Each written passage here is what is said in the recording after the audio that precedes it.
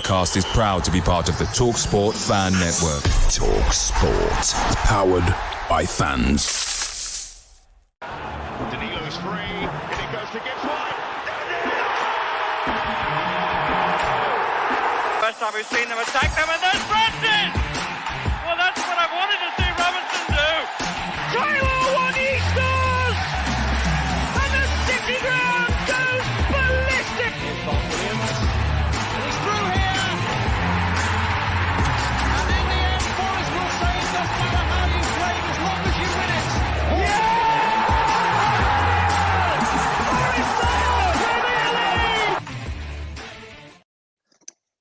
Hello and welcome back to Red Side of the Trent, as we are here to discuss the long-awaited wait for 3 points as Forest go away from Newcastle to take all 3 points in the first time for 7 games. Only our third away game since being back in the Premier League. Chris Wood's hat-trick is the first hat-trick since Kevin Campbell on an opening day of the 96 season.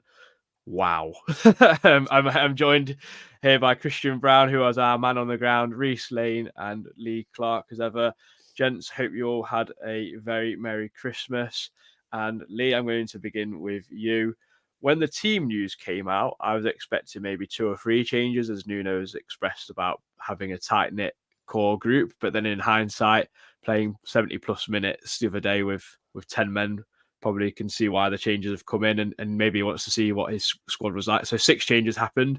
Just to recap you, it was Gonzalo Montiel, Niakate, Aina, Sangaré, Danilo, and Callum Hudson-Odoi in for Nico Williams, Willy Bolly, who was suspended, obviously, Harry Toffolo, Oro Mangala, Ryan Yates, and Divock Origi. What were your thoughts initially when that lineup come out, especially as we went 4-2-3-1 again?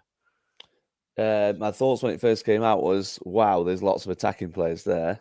But that obviously is a good thing. I thought it was quite bold. I thought it was just one of those team selections where you've got a new manager and he wants to take a look at lots of players in a short space of time, which isn't always ideal. We've said on this pod before, obviously we've used it as a stick to beat the previous manager with before on this pod as well, that he didn't really know his best 11 and too many changes is not ideal, and the more settled the side is, the better the results are likely to be. But I think Nuno's already said that the squad is too big, but what he's got to do between now and kind of probably the middle of January, when you start really shaping your plans, is decide who he wants to keep and who he wants to move on. So in a really weird way, I wouldn't be surprised if we saw maybe 3 or 4 more changes for the United game, to be fair, because I just think he's going to want to give everyone a fair crack of the whip before he turns around and says, actually, you're not part of my plans. Definitely. Christian, as our man on the ground, I'll go to you for the first early door chances. Before Newcastle did take the lead, Morgan Gibbs-White had a cracking chance from inside the penalty area. You'd expect him to hit the target there. And it was good pressing, really, from Forest, essentially. Like must have gave you a good hope for the rest of the game. Obviously, hindsight, that we know that we won, but at the time, you must have thought, this is bloody good, isn't it? It was impressive, yeah. It was. I didn't expect. Was it Miley who lost the ball? Yes, I believe so. Yeah, you don't really expect players of that stature or that of playing for Newcastle where they're at the minute. Obviously, Champions League club to be dilly-dallying on the ball on the edge of their own box, but yeah, I think I saw someone else say as well, actually, with Gibbs-White. The only thing that's just fractionally missing from his game at the minute is his shooting. In that he's got everything else. He's got literally everything else from his physicality, creativity, intelligence. It's just that final bit in front of goal which seems to be letting him down a little bit, which I'm sure he'll be working on. But yeah, I did think he can maybe done a little bit better with that. He maybe had a fraction more time than he thought, but thankfully it wasn't too detrimental for chances in the long haul. Yeah, well, I didn't want to ask you about the penalty because you must have needed a telescope to bloody see it. But so I'll go on to Reiss for it. It's a clumsy challenge by Ola Aina, isn't it, Reiss? But Joe, when you watch the replay, it looks like he barely touches him. But I guess I don't know. It's not a clear and obvious mistake either. It's one of those though, isn't it? And then the penalty, I don't think was that good. I don't know what Turner was bloody doing for it, to be honest. I think Isak went down just before that, didn't he, and claimed for a penalty which wasn't given. So that I don't know if that weighted on the referee's mind, because I thought it was vastly soft. But I mean, when they did zoom right in, there was the smallest bit of contact. And I mean, if we're a Newcastle fan, to be fair, Isak made the most of it and he won the penalty. I watched it back last night, and the referee did have a few moments to think before pointing at the spot. He didn't straight away point at it. So, yeah, I mean, yeah, very soft. But like you said, Adam, VAR isn't going to overturn it if there has been a tiniest bit of contact. I mean, the contact for me doesn't make you go down like, I mean, he nearly enough did a flip, didn't he, Isak? So, yeah, a shame. And then you kind of think, here we go again. I mean, the penalty was not the best, was it? I mean, the Paddy Power gif wanted of that robot falling over was kind of like Turner's died, but you know, it's heavily weighted, to be fair, in the attacker's sense when they're taking the penalty. In my opinion, an attacker really 99 times out of 100 should be scoring penalties, because if they put it certain positions in the goal, the keeper can't get to it. I think when Turner looks back, he'll probably be a bit disappointed he didn't get, you know, at least a hand to it. But it didn't matter in the end, did it?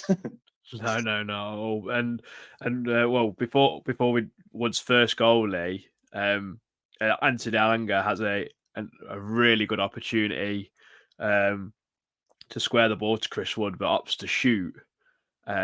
What did you make of that at the time? Because I was absolutely screaming at the television.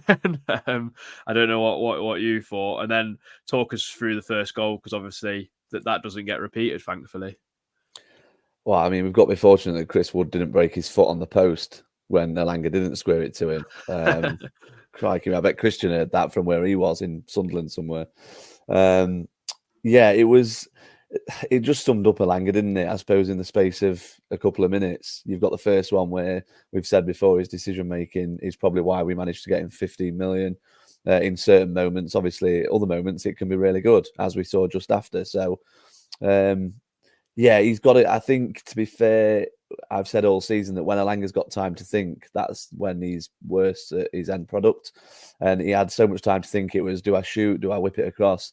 I think if that's Brennan Johnson, for example, he just lays it across first time, and it's a tap in. It's on Wood then to finish it off.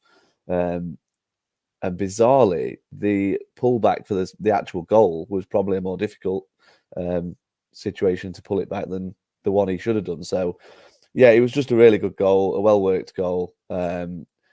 Gibbs-White's input in the first, I hope I'm not stealing anyone's thunder with the next question, but Gibbs-White's involvement in the first goal was absolutely amazing. I mean, I don't like the whole told you so stuff, but I've had people go at me for daring to say that Gibbs-White should be doing better when he's playing as a winger.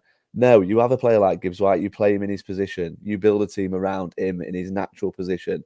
And yesterday showed exactly why. That first goal was just amazing. And since you know me, I'll always give credit where it's due. It was a good advantage from the ref, because I actually thought he was going to blow the whistle. I thought we were going to have Haaland and Simon Hooper Mark II, to be fair, because I actually thought he'd given the free kick, and I'm like, just play on. But he did wait and give it.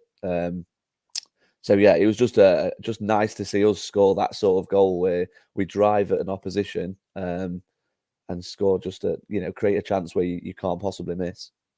Yeah, I mean, this is you mentioned about the difference between him and Brennan Johnson, how Brennan Johnson would have squared the first one. But I mean, he had those sort of things before. But no, I think what I like about that goal is it comes from Murillo nearly making a mistake, and then Montiel, calm as you like, pass it out to Sangaré. Sangaré first time to Gibbs-White, and then the rest is kind of history. It was a brilliant counter attack, I thought. I mean, Newcastle was so open, it was unbelievable. I think like Sangaré took out pretty much their whole midfield with that one little kind of egg on pass, if you want to call it. I don't know what you're going to call it. He just helped it on kind of. But what a perfect time to score, and we almost scored before half time through a great pass from Gibbs-White to Callum Hudson-Odoi. I think if he gets his head up, he could play Elanga in first time as well. But yeah, it was. We looked so threatening all the time on the counter attack, and that showed our intent at the start of the second half, Christian. the first 11 seconds, Morgan Gibbs-White has an absolute glorious chance. I mean, what a pass from Sangaré out to Elanga, and then he just burnt Dan Burn, didn't he? Yeah, that was very much start. I think one thing we've all said as well is that with games, and I don't mean this to sound derogatory to the previous manager who did so much to us, but you felt that had we gone 1-1 yesterday under Cooper, for example, we probably would have just tried to sit on that and just wait.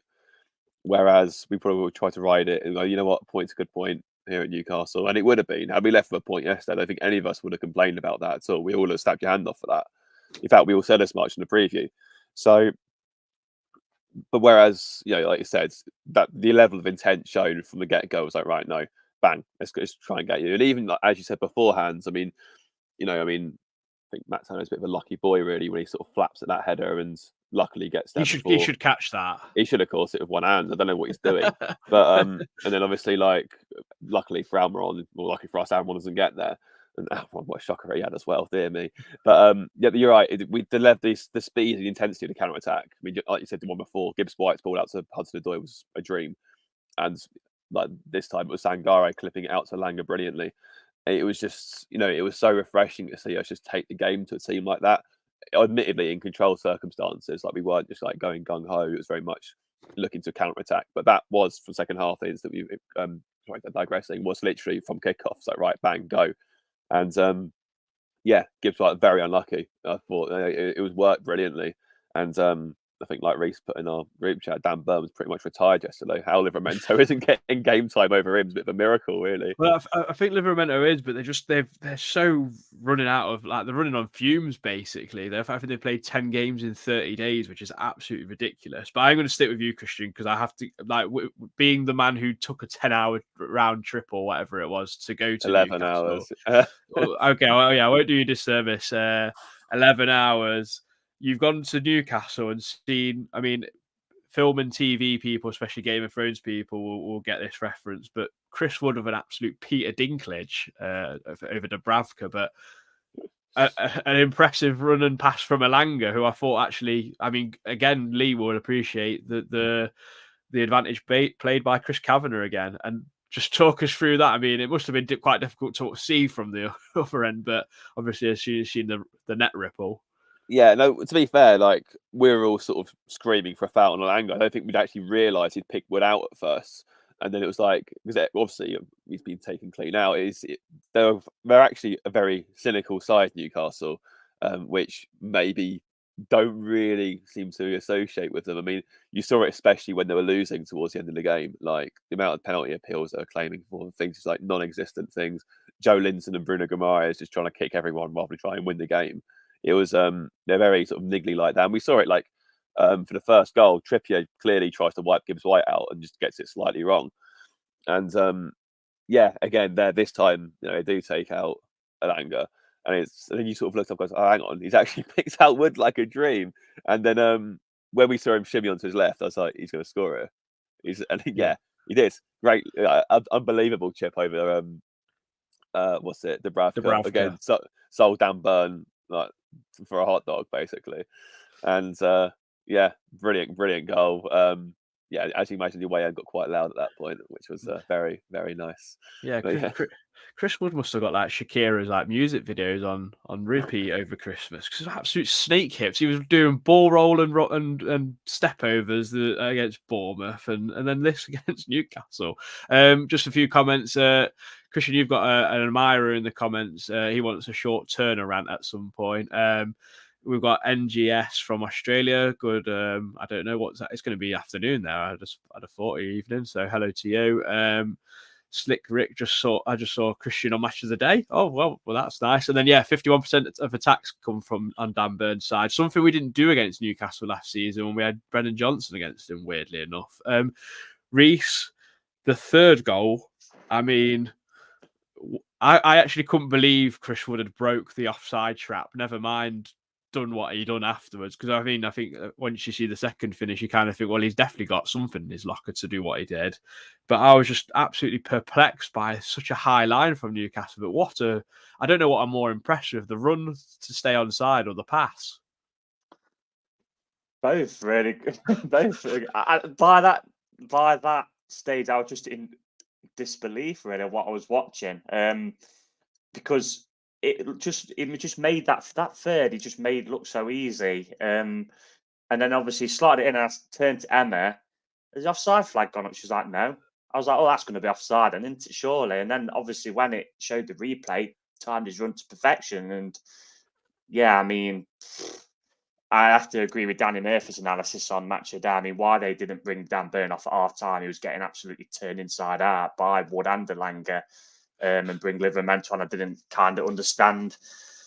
And to be honest, once that third went in, I never really thought, aside from the obvious Forest just shooting themselves in foot, I was never really concerned. I thought Newcastle had completely gone, to be honest. And like I agree with Christian, you know, I'm big on my yellow card bets, so I have a rough idea who is good for Newcastle, and Bruno and Joel Linton love booting folk. So, you know, it wasn't a surprise for me to see Joel Linton come on and just basically kick a few folk, and that's all he kind of did. But I mean, I'm sure I'm not going to go too much into Chris Wood because I'm sure one of us has got us in his player performances, but just disbelief, mate. To be honest, couldn't believe it. Yeah, definitely. I mean, I think as well, Lee, I thought Nuno's substitutions were really good. I thought everyone did a job, even Joe Worrell, who's obviously had a lot of media attention. Christian doing an X sign to Joe Worrell because of reports in the Athletic and wherever else you might read that he had a bit of a squabble with Steve Cooper. But I thought like Nico Williams come and did his part. I thought Ryan Yates obviously did as well. But I did want to talk about one incident where I thought Moussa Niakate had given away a penalty. It turned out to be just an absolute body on the line kind of block after I don't know what you want to call it. It was a complete mistiming of a header of Nico Williams. And in the last 2-3 games, he's been absolutely excellent. So an unusual mistake for him actually as of late, but fair play to the boys for putting their bodies on the line afterwards.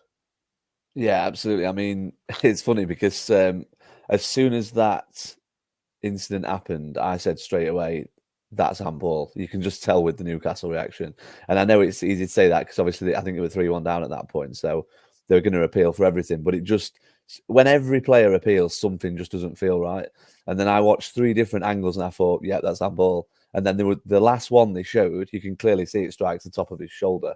So, I mean, yeah, that's what VAR is there for, isn't it? It's good to see it used emphatically well rather than emphatically badly for a change. So, yeah, it was that sort of defending just kind of typified what we've lacked when we've had bad results this season, really.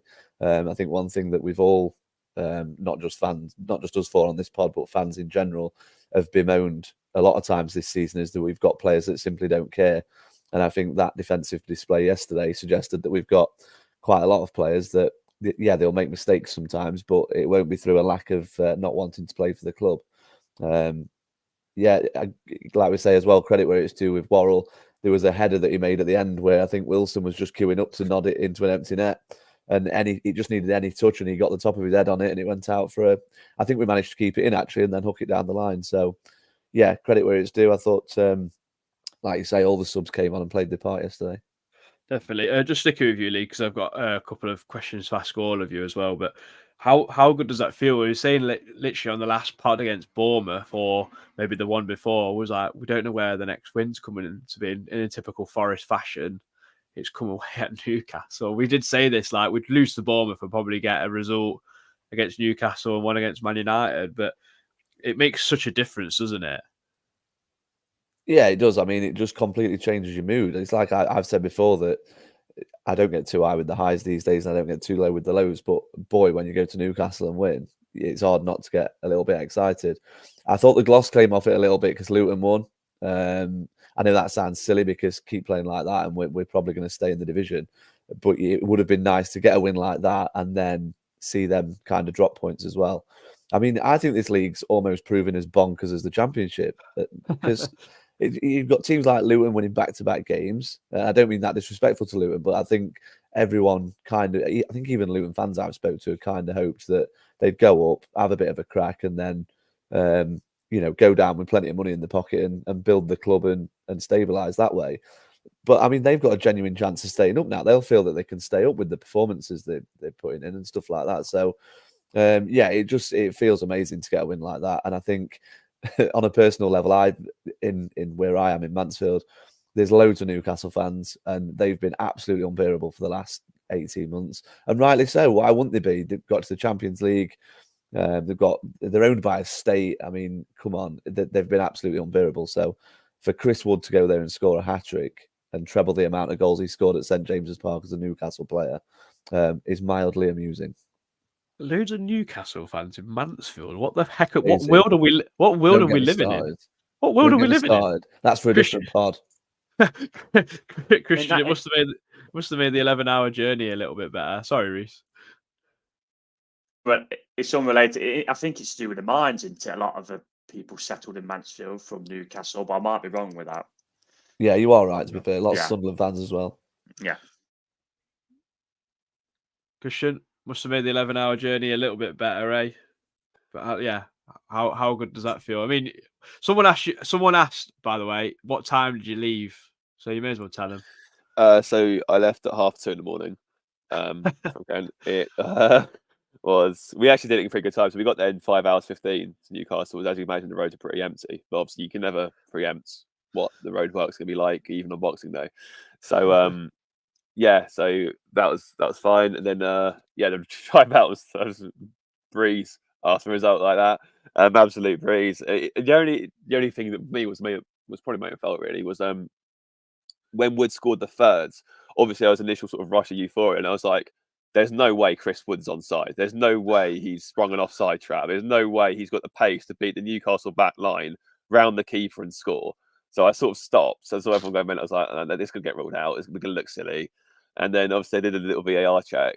And then it was after he actually did this, it was a second wave of celebration, if you like. Do you remember when we beat Palace last season and Gibbs-White scored? He was ruled out, and then obviously we celebrated on the screen. It was a little bit like that. But yeah, that was the only thing really. But no, it was incredible really. But thoroughly worth the time and everything else. Because I still in disbelief. Chris Wood scored a hat trick. Like Chris Wood, even got his own chant by the end of it. Fair play. Reiss, Matt Barsdy asked actually on Twitter to the masses, was that our best performance since returning to the Premier League? Performance, I think result. I mean, me and Christian had a chat about this. It's got to be either that or the Liverpool home game. And we did mention Arsenal last season when we beat them at home, but I think Arsenal pretty much gone by then. I mean, we obviously beat Chelsea away this season, but Chelsea seem to get beat by most teams, don't they, to be honest? So yeah, I think result-wise, it's a toss-up between that and Liverpool for sure. Performance, it's a tough one because I'm just trying to think back to last season. Again, it's definitely in the conversation. I'd probably have to pull up all his wins last season, kind of have a look at what's what really. But it's definitely in the conversation. I mean, because to be honest, every time we went forward, we looked like we was going to score every single time in the second half. I mean, like I said in the last comment, Newcastle to me just looked gone. They literally, for those who play FIFA, look like when your team's on all red bars and they're just fatigued and you're trying to chase players back and you just can't because they're just too fatigued. So I mean ask Christian and Lee, see what they say about it as well, maybe. Yeah, Lee, what do you think? I mean, we've completely forgot that Elanga had a chance that open goal to bloody score as well. We forgot about that one. But yeah, Lee, what do you think? Best performance since we've returned? Yeah, I think so. I think for whole performance and taking everything into consideration, you've got to look at the opposition as well. I know that Newcastle have been struggling a little bit lately with injuries and fatigue and that sort of stuff, but their starting 11 yesterday still had enough to kind of make me think, Christ, and people have been moaning about what they've got available. You look at the front three and that sort of stuff. Let's not forget they also put Callum Wilson on, who I think we've all in our group chat said that he's kind of the next one behind Harry Kane for the England setup. So to have a sub, like every time they put a sub on, it was someone half decent. So I don't know what Eddie Howe's bloody moaning about, to be fair. The only other performance that I can actually think of that I was really impressed with from kind of start to finish was when we beat Leicester at home. But Leicester got relegated, so you can't really compare the two situations. Leicester at home and Newcastle away, it's chalk and cheese. So I would say, yeah, it was. Christian? Yeah, I think it probably was. I mean, even the City game we drew, like, obviously even in that game, it was one of those where things fell into place for us. Haaland missed an open goal, which, most clinical striker in Europe doesn't really do very often. We had a few other chances where, we could have been punished, and we lost 2-3-0, but obviously deserved something for hanging in there and then eventually out-pepping Pep with the goal that we scored. So that was definitely one of the ones up there. Other than that, yeah, I think even the 4-3 against Southampton, we still conceded 3 very silly goals in that game. So despite as good as we were going forward at times, the 3-1 against Brighton might be up there. That was quite a good performance. Again, having gone a goal down. So, and I guess, yeah, I mean, you might look at the Spurs Cup game, but obviously that's not league. So, yeah, it probably is the best we've played since we've been promoted. Which, no, I mean, it certainly felt like, I mean, you could see in the first 15, 20 minutes or so that obviously these players hadn't fully gelled together. They hadn't fully meshed together. Like, they looked a little bit, there was times where, there was one instance, actually, I think it led to a chance where Newcastle just walked through the whole midfield. Like, it wasn't there. It was just like, that's a little concerning. But that obviously will come with, games together and stuff. And obviously, Nuno's still rotating his pack. He's trying to find out, like, who works where and what's best for him. He'll have a few more selection headaches after yesterday, definitely. But I think the most pleasing aspect for me is that, like Lee said earlier, as frustrating as it is that Luton won, if we play at that level of consistency for 70% of the games that we've got left, we'll be more than fine. So, just a final point, Adam, before you follow on. Like, I was just looking at Newcastle's home form because it's something we mentioned in the last pod. Flash scores on their last 25. They've won 17 out of 25, and the teams have lost to in them 25 are Arsenal, Liverpool, Dortmund, and AC Milan. And Narrows, obviously, so it's not bad company, is it? Did they not lose to Man City as well? Or their dream that not that at draw? home, no. They beat Man City that. in the cup, didn't they? And then last season they drew 3-3, if I remember right. I think it was 3-1 up, and then City come back. Yeah. Well, yeah, we're in good company then, I guess. Really, so definitely. Giants. I've got a little question to ask you all a bit later on, more towards before Man United anyway. But we're going to get into some slept on it thoughts. Red side of the Trent. Slept on it thoughts.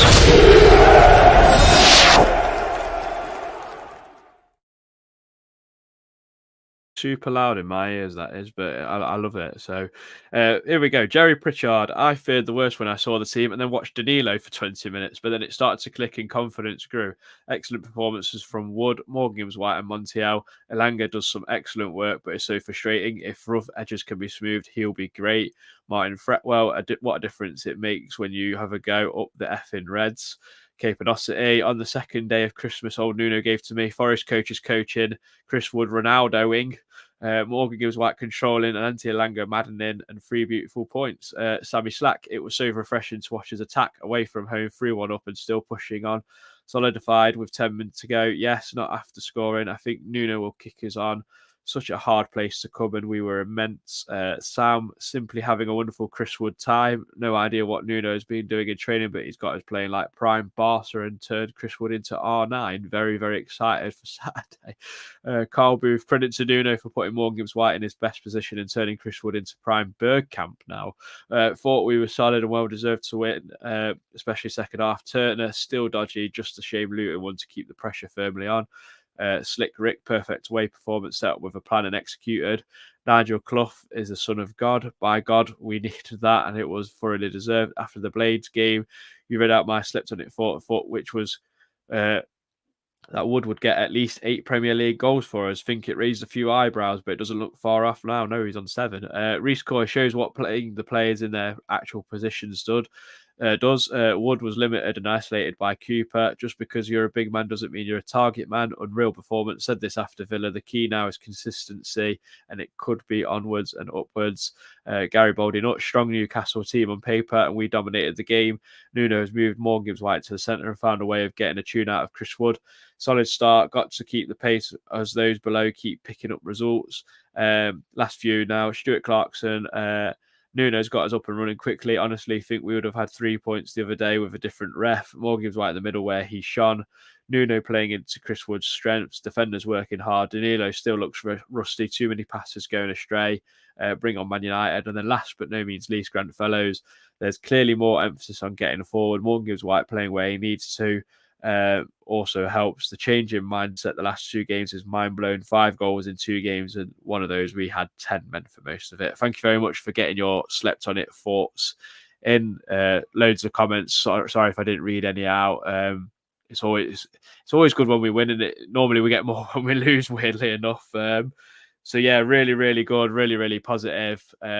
I think a few people getting a little bit carried away after one win. I think if we can beat Man United, then we'll get more carried away, because they came back yesterday tremendously well to beat Aston Villa 3-2 from 2-0 down. So fair play to them. We get into some player performances. Lee, I'm going to start with you. I've actually got quite a few today because I feel like there was a fair few worth mentioning. I want to give you Morgan Gibbs-White. Yeah, there's worse I could have, I suppose. Yeah, he was amazing. Absolutely amazing. I'm literally at the point where when he plays like that, I run out of superlatives for him, because he's just some of the criticism that he's had thrown in his direction from our supporters this season. And I know that criticism comes hand in hand with bad form, but 23 years old, if he keeps playing like that, then he's £100 million player for us. Obviously, the one thing he's got to add to his game is goals and assists. He's under no illusions that he's got to add those to his game. I think that's probably the only thing that's kind of prevented him from probably having an England call up to his name already. But yeah, he was just outstanding. I mean, the nail on the head came from Rob Lee. Very few players go to St James's Park and give Bruno a game like that, basically. And he was just so intelligent with how he played him. He kind of got stuck in as well, which he was probably. I mean, did he get booked in the end, Gibbs-White? I don't think he did he? No, he didn't. No, I think he managed to avoid it. Which is quite remarkable, to be fair, because he made 2 or 3 that were quite late, to be fair. But yeah, he was just on it from minute one. He probably should have scored with the header. I think he's not known for his heading, is he? Let's face it. But he probably should have scored just after half time. But yeah, it was just a brilliant performance. And like I said at the top of the podcast, he's got to play through the middle. I don't care who it means playing on the wing, but it's not him. Don't stick him out there. He's completely stifled out there. It's a completely different skill set. And God, he had the freedom of St James's Park, didn't he? Every time he got the ball, I thought we were going to create a chance. And that's the biggest compliment I can give him.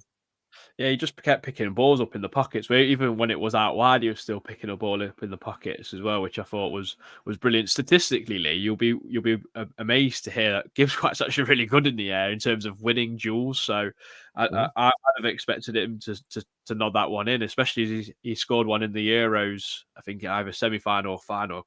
No, yeah, semi-final. I think it was. So yeah, Christian, you asked and you shall receive.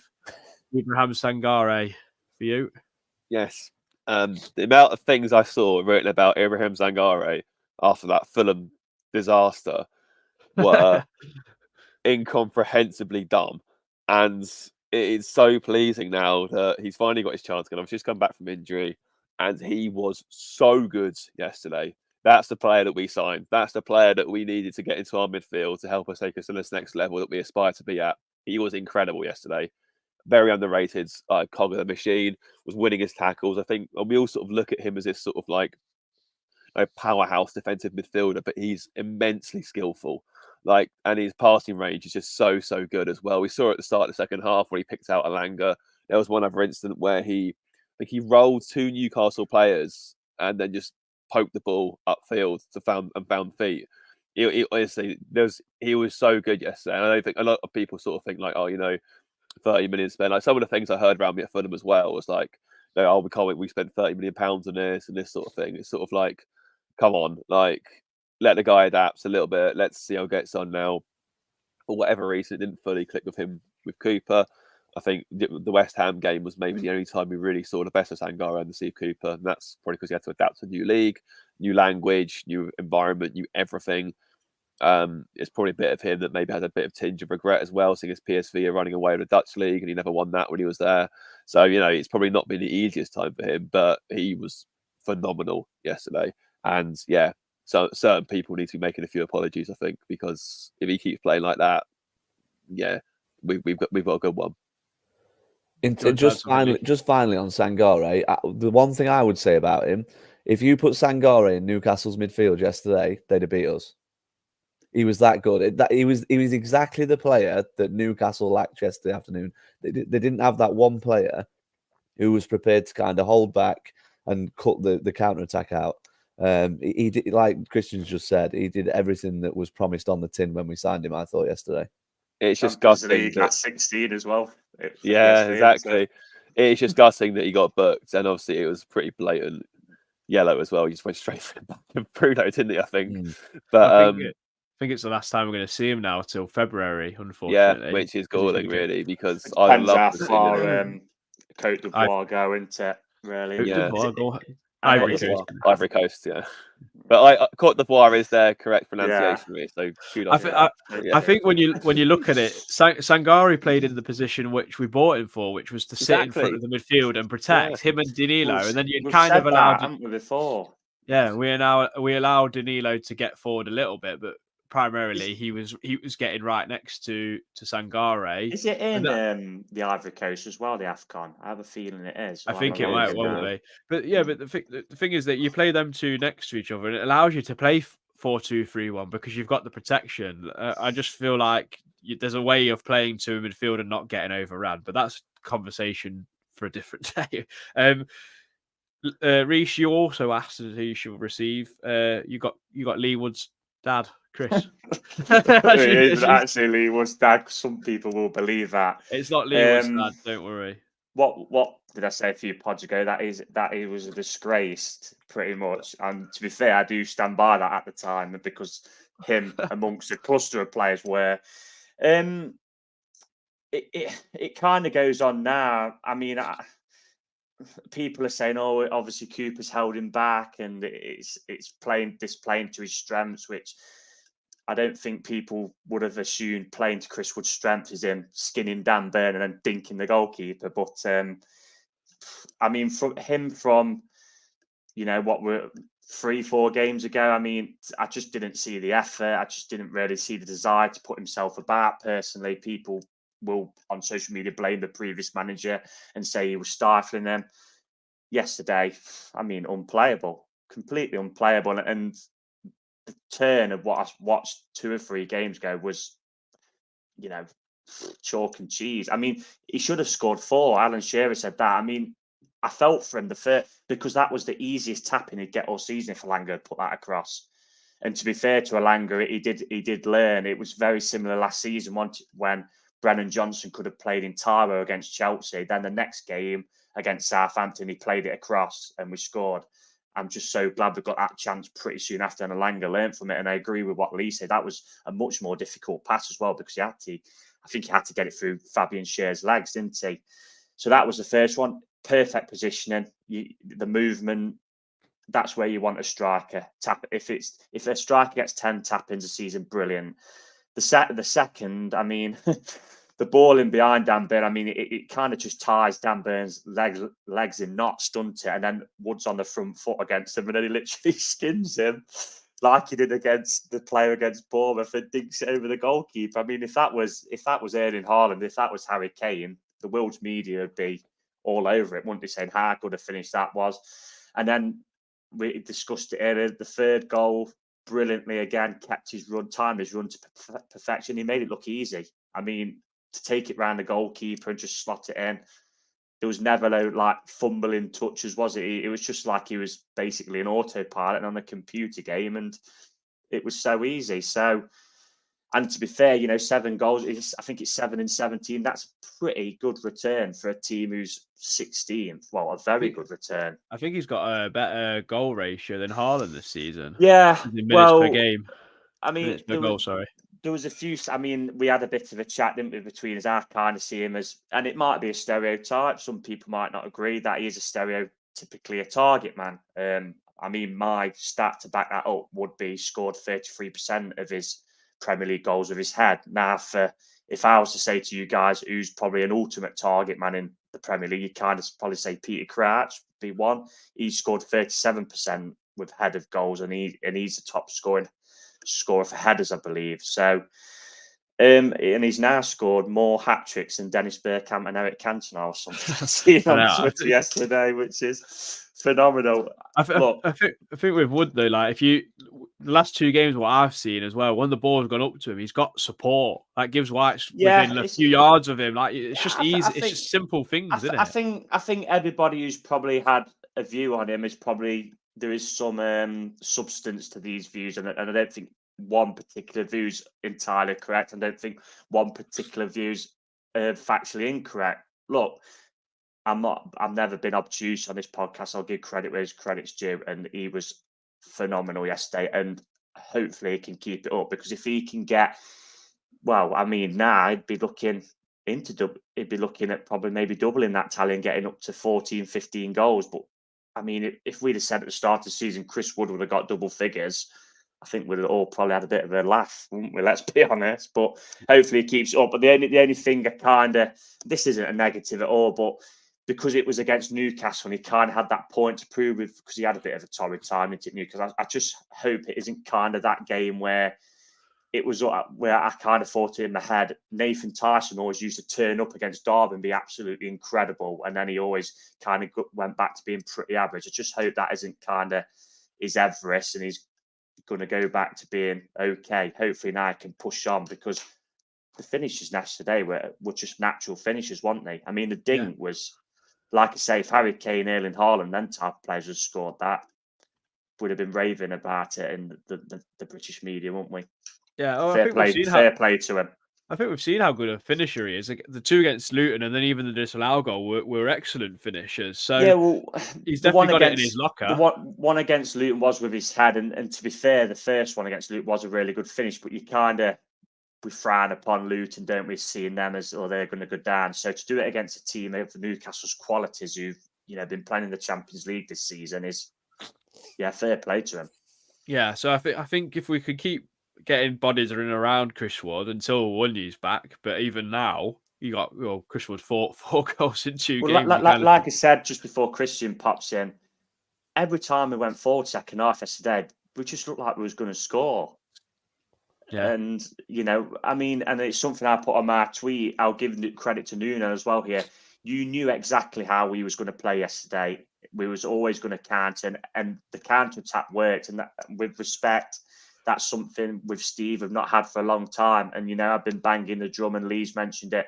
Gibbs-White's got to be through the centre. And that's something I think, again, he'll look back at Steve and probably think when, like Lee mentioned last week, of regret.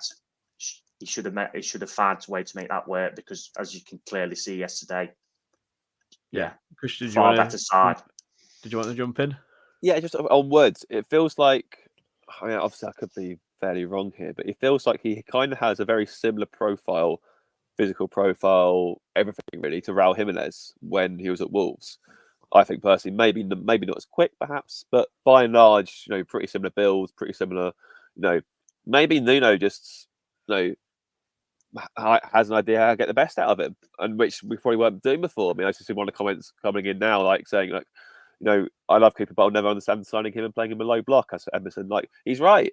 And we never did, and we kept saying playing to strengths and whatever else, but he actually felt like that. It felt like that's how he would have utilised Jimenez at Wolves, and it seems to be getting results from Wood. And you have to be asking, really. I mean, I don't know if it's like a year extension of his contract, but if he's going to keep playing like that, is it worth giving him a contract and keeping him at the club for another year or two? That'd be the question. Yeah, we'll just have to see how it can. But with having that 3 behind Wood, which you've got Hudson-Odoi, Elanga, and Gibbs-White, they can all move. They've all got pace. So if you can get in behind teams like we did yesterday, all Chris Wood's got to do is like he did for the one that Alanga should have passed him and the one Alanga did pass, get yourself in the 6-yard box. Just time is wrong. Plenty of tap-ins, and he did that. I think as well on that, this is where all the conversation that we've just had there, this goes back to the title of the man in the dugout, head coach. That's what a head coach does. He looks at the hand he's been dealt. And I know that we can have conversations. We've had conversations in the past about, managers get thrown players they don't want, this, that, and the other. I'm sorry, when you're a head coach, you've got to appreciate that there is some element of that. And your job is to coach them into better players. If you look at their profile and you think, actually, I'm not going to play him there, I'm going to play him there, that's you doing your job as a head coach. And I think what I find quite exciting is that Nuno's had probably, 4 or 5 days with them on the training ground and 2 really tough games against some good sides. And he's already got a tune out of probably 3 or 4 players that weren't really playing particularly well under the previous regime. So I just find it all quite intriguing at the moment. Yeah, we've just got to hope it just isn't that new manager bias cliche into it, and we can actually sustain some form because, like Lee again said earlier, with Luton winning yesterday, we need some wins in a row, really. Well, some results in a row.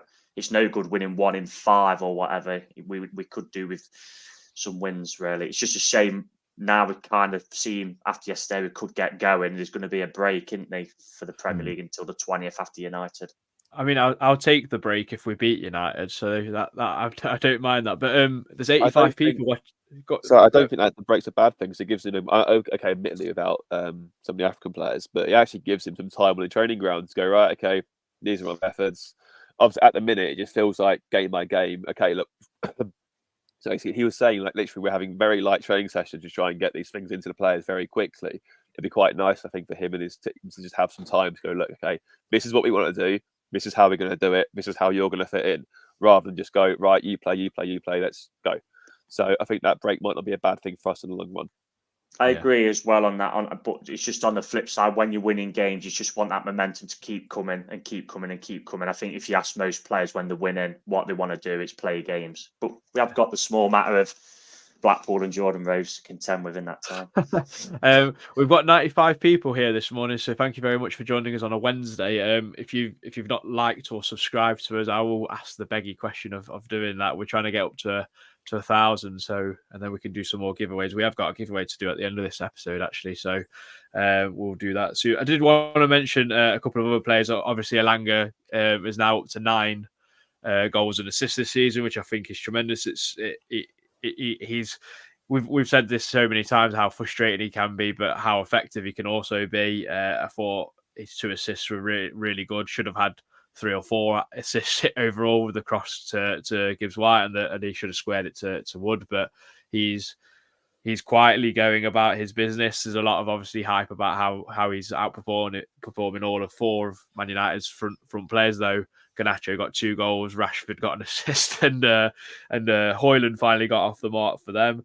And then another player is Gonzalo Montiel, I thought was quietly very, very good. To say he got a booking quite early for asking for a booking, I thought it was going to hamper his aggressive style and getting into Anthony Gordon. But I thought for a guy who looks like a hothead, he was pretty calm on the ball quite a lot of the times and got quite high up the pitch to support. And I thought he was really, really good. But we are going to get into Man United predictions, Lee. I'm going to start with you. They've obviously on a high from coming back from 2 goals down. What do you make of it? How do you think we're going to go? Obviously, Sangaré's out. Bolly might be back. What do you think might happen in terms? Because we made so many changes yesterday. I'm not sure what we've got a bit more time to kind of maybe stick with a similar sort of side. Yeah, the team selection is going to be an interesting one because a performance like that yesterday, naturally, some players are going to be like Montiel, for example, has not played for a while. I think it all boils down to which United's going to roll into town because, I mean, if we get the United from the first half an hour yesterday, I think we could probably win. I was in a few group chats and saying, if Villa make this messy, we might be on the end of a new manager bounce ourselves here. It'd be sod's law that we see it as a winnable game, and then they go and change the manager a couple of days before. But then, you watch them in the second half and they were absolutely brilliant. They were absolutely brilliant from the moment Villa went 2-0 up, to be fair. So, yeah, you just don't know which United you're going to get. I still think it's going to be a very tough game. I think as much as they've had their struggles this season, their struggles kind of pale into comparison of what our struggles have been at our worst. So it's still going to be tough. It's a shame to see Eriksen back fixed. I thought his set pieces were absolutely unbelievable last season against us. But yeah, I think we can be positive. I think the win will put us in good stead. And I can't come on this podcast and predict Man United to win a game of football. So I'm going to go for a slender Forest victory. And I think it'll be a good game. I think Nuno will set us up to have a go again. And I think we'll win 2-1. And I fancy Elanga to score in front of the United fans.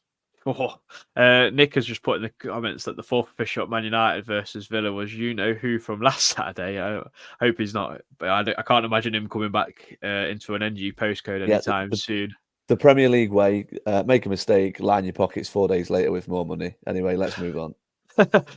Christian, Man United, I would love to say that more Gibbs-White's going to give Bruno Fernandes an absolute torrid time, but they both kind of play attacking midfield, so might not get too close to each other. But Gibbs-White is actually a Man United fan. People quite know this quite openly, so he will have something maybe to show them as such, because it happens that quite a lot of support, like players who are playing against the club they support, tend to do quite well. And Gibbs-White was really good last season, if I remember, in the League Cup game against Casemiro, who unfortunately is not playing these days because he looks like an absolute, I don't know, a potato at these days. Yeah, he ran Casemiro ragged last season until he went off injured. I was off about 70 minutes. That was very, very impressive performance from Gibbs-White. As for United, it's weird because even despite coming back from yesterday, obviously they've come back a few times. It's Stuart Pearce's favourite word, isn't it? Bounce back ability. And they've come from behind a couple of times to win games. Also did it against Brentford, did it against us, did it against Villa. It was quite pleasing, actually, knowing that as naive as we were going to up at Old Trafford, we still haven't been the only team to do that this season and lose, albeit ours was somewhat tainted by horrific officiating, including you know who was there yesterday. Shock. United need a result, get Rob Jones back in on officials duty, but again, we'll move on. And yeah, I think that it's weird because I still think they're sort of papering over the cracks a bit. United, I know their wingers haven't been good. I know Højlund scored yesterday. That was his first in 15 games in the Prem. That's pretty poor for a £72 million striker. Anthony hasn't really been crossing it into him well. Yeah, I know. Obviously, they went with Rashford and Garnacho, didn't they, from the start? It'd be interesting if they start again with that as a front three. Like they said, Eriksen coming back isn't ideal, but I do think they are there to be got at. I think, we can definitely cause them issues. We've already proved that once this season already, and we're going to be at home. We're going to have a lot of momentum behind us after this win now. I'm much like Lee. I can't predict us. I can't predict United to win on this. That's our last home game of the season. I'm not going to do it. So I'm going to go for a 2-1 Forest win. Well, it's not quite the last home game of the season, but of the year. I know what you meant. Sorry, yeah. 2-1 win. Reiss, are you making it a full house from the punditry team? Pundit now, right? We've been promoted. I know. Yeah, I totally agree with Lee in the sense like it kind of depends what United bowl into town into. I mean, their record against us is absolutely flawless. I mean, I'm just looking now and it's. I think we've lost every game. I think it's 11 wins in a row. The last time we did get a result against them was in 1995. Every game they've won since then. I mean, last season we didn't score and pretty much lay a glove on them, did we really? I know that's Surrey's goal, which was annoying at the time, but it's kind of a shame they come back yesterday because I was watching that and obviously at 2-0 up Villa, you kind of, as a Forest fan, rubbing your hands. We've just gone to Newcastle 1 and look at these, look a right mess. And then to be fair, they've come back. They blew that stat out the window with, Elanga, obviously because they've had 4 goal contributions, haven't they, yesterday? Højlund getting his first goal. So again, it's like Lee says, it just depends what United bowl up because it would be typical Man United to just get a cracking result the other day and bowl up to Forest and stink the place out, which they have done a lot. I actually think should be a really good game, and it wouldn't surprise me if it was very end to end.